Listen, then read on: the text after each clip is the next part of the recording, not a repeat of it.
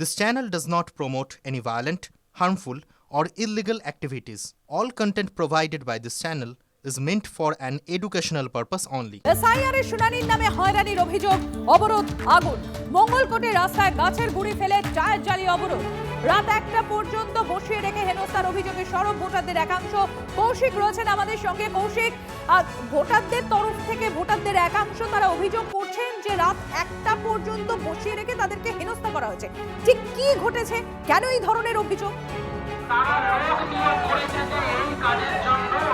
দেখো, মঙ্গলকোটের কুলসোনা গ্রাম, এই কুলসোনা গ্রামে 5টা বুথ, 165, 166, 167, 168, 169, 170, এই 5টা বুথের মোট এখনো পর্যন্ত 700 জনকে এসআইআরের শুনানির জন্য নোটিশ করা হয়েছে এবং সেই শুনানির নোটিশে তাদেরকে এখান থেকে কয়েক কিলোমিটার দূরে মঙ্গলকোট যে ব্লক, সেই ব্লকে যেতে হচ্ছে এবং সেখানে অভিযোগ যে একদম সকাল নাগাদ তারা গিয়েছিল ভোটাররা এবং সেখানে রাত্রি 1:30টা পর্যন্ত তাদেরকে থাকতে হয়েছে, তখনও পর্যন্ত তাদেরকে শুনানি করা হয়েছে।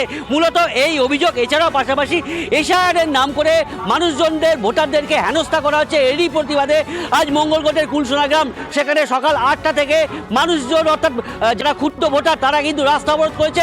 তোমাকে দেখায় যে দেখো, একদম টায়ারে আগুন জ্বলিয়ে দেওয়া হয়েছে, টায়ারে আগুন জ্বলিয়ে ঠিক এর পেছনেই দেখো দেখাচ্ছি যে রাস্তার ওই পাশে কিন্তু প্রচুর যানবাহন আটকে, এই পাশেও কিন্তু প্রচুর যানবাহন আটকে রয়েছে এবং এই রাস্তা একটি ব্যস্ততম রাজ্য সড়ক। এই পূর্ব বর্ধমান থেকে বীরভূমের সঙ্গে সংযোগকারী এই রাস্তা সকাল 8টা থেকে এই রাস্তা অবরোধ হয়। দুই পাশে কিন্তু প্রচুর যানবাহন রয়েছে। মূলত যেটা ভোটারদের, এই ক্ষুদ্র ভোটার, তাদের অভিযোগ যে এসআইআরের নাম করে হয়রানি করা চলবে না, হেনস্থা করা চলবে না। এখনো কি স্বাভাবিক হয়নি? না দেখো, এখনো স্বাভাবিক হয়নি, এখনো টায়ার জ্বলছে, এখনো রাস্তা অবরোধ করা রয়েছে, এখনো কিন্তু এখানে যানবাহন দাঁড়িয়ে রয়েছে।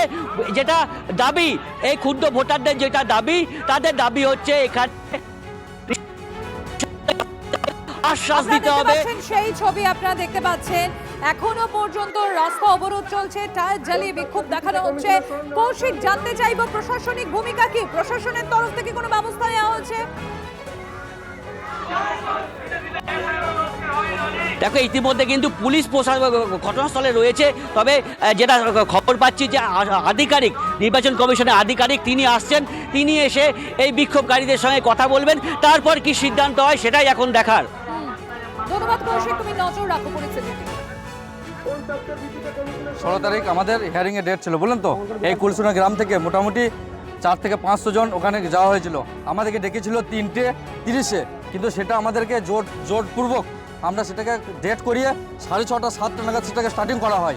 স্টার্টিং করার পর আমাদের যে মেয়ে ছেলেগুলো ছিল, অনেক প্রেগনেন্সি পর্যন্ত ছিল, বুঝলেন তো।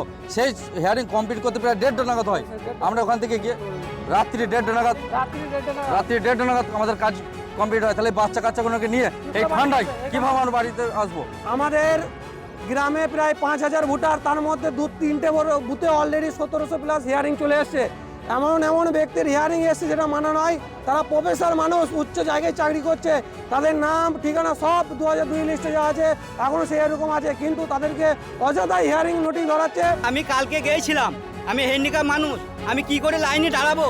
কালকে আমি গিয়ে বলছি লাইনে দাঁড়াতে পারছি না, বলছি বাড়ি চলে যাও। তাহলে আমি যদি বাড়ি চলে আসি, তা আমার কাগজটা কি হবে? আমি 3 ঘন্টা লাইন দিচ্ছিলাম।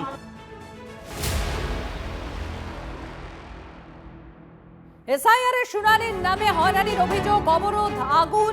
আপনারা দেখলেন সেই ছবি আপনাদের সামনে আমরা দেখাচ্ছিলাম। রাস্তায় গাছের গুঁড়ি ফেলে টায়ার জ্বালিয়ে অবরোধ করা হচ্ছে। আর এরপর আরো একটা অভিযোগ আপনাদের সামনে আমরা তুলে ধরি, সেটা হচ্ছে এই যে এসআইআর এর যতদিন হিয়ারিং চলছে, একের পর এক অভিযোগ আসছে এবং সেই অভিযোগ তুলেই যে হয়রানির অভিযোগ, সেই অভিযোগ তুলে এবার পথে তৃণমূল কংগ্রেস। দক্ষিণ 24 পরগনার জীবনতলা, সেখানে প্রতিবাদ মিছিল শওকত মোল্লার। নিঃশর্তে ভোটার লিস্টে বৈধ নাম তোলার দাবি তৃণমূল কংগ্রেস বিধায়কের। আপনারা জানেন ক্যানিং পূর্বের বিধায়ক শওকত মোল্লা, ক্যানিং পূর্বের তৃণমূল কংগ্রেস বিধায়ক শওকত মোল্লা, তিনি এবার প্রতিবাদ মিছিল করেছেন দক্ষিণ 24 পরগনার জীবনতলায়। কি সেই প্রতিবাদ মিছিল থেকে কি দাবি তুলেছেন তিনি বলছেন যে নিঃশর্তে ভোটার লিস্টে বৈধ নাম তোলার দাবি জানাচ্ছেন এই তৃণমূল কংগ্রেসের বিধায়ক।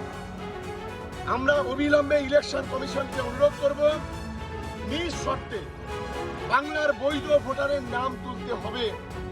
কোনো রকম বিজেপি দালালতি করে পরিকল্পনা করে বাংলার মানুষের বৈধ ভোটার কেটে দেওয়া যাবে না। এটাই হচ্ছে আমাদের মূলত দাবি।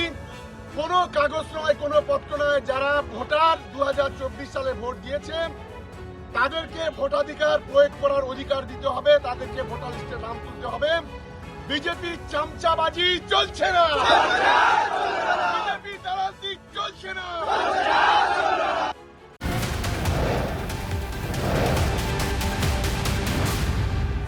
আর এদিকে এসআইআর শুনানির মধ্যে দেগঙ্গায় বিএলওদের কর্মবিরতি কমিশনের বিরুদ্ধে হয়রানির অভিযোগ তুলে কাজ বন্ধ। অনির্দিষ্টকালের জন্য কাজ বন্ধ করে দিলেন 200-রও বেশি বিএলও।